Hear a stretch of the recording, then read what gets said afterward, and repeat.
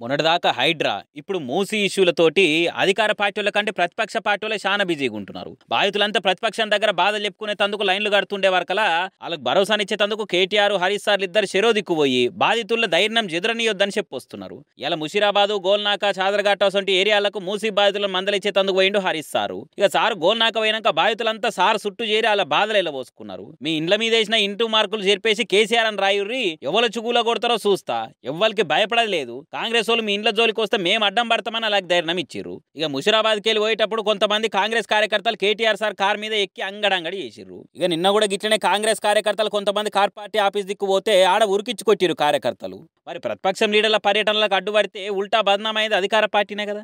మేమొస్తే అంత బుగులు అవుతుందా? మేమంటే అంత భయం కాబట్టి నిజాన్ని తెలియకుండా చేస్తేందుకు ప్రతిపక్షం ఇట్లా రౌడీలను పెట్టి దాడులు చేయిస్తుంది అనుకుంటా ప్రతిపక్షం వాళ్ళు కూడా పొలిటికల్గా మైలేజ్ పెంచుకునేటట్టు చేస్తున్నారు. అధికార పార్టీ వాళ్ళు కలవనీకే టైం అయినప్పుడు మరి జనం ఆల్టర్నేట్ లేకుండా ప్రతిపక్షం దగ్గరికే కదా పోయేటిది. ఇంత చిన్న లాజిక్ ఎట్లా మర్చిపోయారని అటు పొలిటికల్ నిపుణ మేధావులు కూడా అంటున్నారట.